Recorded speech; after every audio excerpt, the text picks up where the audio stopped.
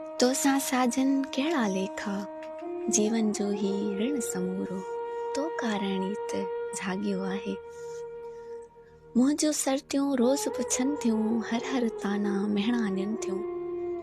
पंहिंजी कुर्ब कथा ते हर पल, हर हिकु अंगर रोज़ खॼे थी। अल्लाह मुंहिंजो तूं ई आहीं, तोखे भॻवान थी भासियां। कमरे जी हर कुंड रोए थी, गुलड़नि जूं पतियूं छिरकनि थियूं। ख्वाबनि जी ताबीर तूं आहीं, तन मन जो महबूद तूं आहीं। निंड नदीअ जो शोर लॻे थी, सूरज बणिजी ख्वाब था उभरनि। ज़ाहिर में मां माठी आहियां, ॼण महिराण जी माठी आहियां। आरी सर हिकु ख्वाब ॾिठो हो, जंहिंजी साभियां ख़ातिर लोचम। जंहिं लाइ कोशिश ख़ूब कई मूं, शायदि पूरो थी न सघंदो। विख विख ते हित कंडा आहिनि, जेके मूंखे रोज़ चुभनि था। ख़्याली हिकु महबूब जी ख़ातिर कारूं जर खे त्यागियो आहे।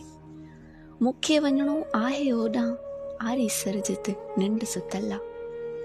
सूर समूरा ओरे ईंदसि, आरी सर जी पेरांदीअ में ॾुखड़नि खे पिणु पूरे ईंदसि। सुॾका सारा विकिरी वेंदा दिल दरवेश जे मैखाने में। हू जी हुंगार में हूंदसि, मुंहिंजा ए महबूब ॿुधी छॾ। जेकर मुंहिंजी सिक सताए, अखियूं दर्शन लय वाझाइनि, ऐं ख़ुदि खे तन्हा भांसी, हिकदमि मूं ॾे हलियो अचिजां। जेसीं रोए ज़मीन ई रहंदी, बंजर बंजर अखड़ियूं मुंहिंजूं तुंहिंजे अक्स लाइ आतियूं हूंदियूं। दुनिया जी रंगा रंगीअ में तोखे कीन मां हरगिज़ मिलंदसि।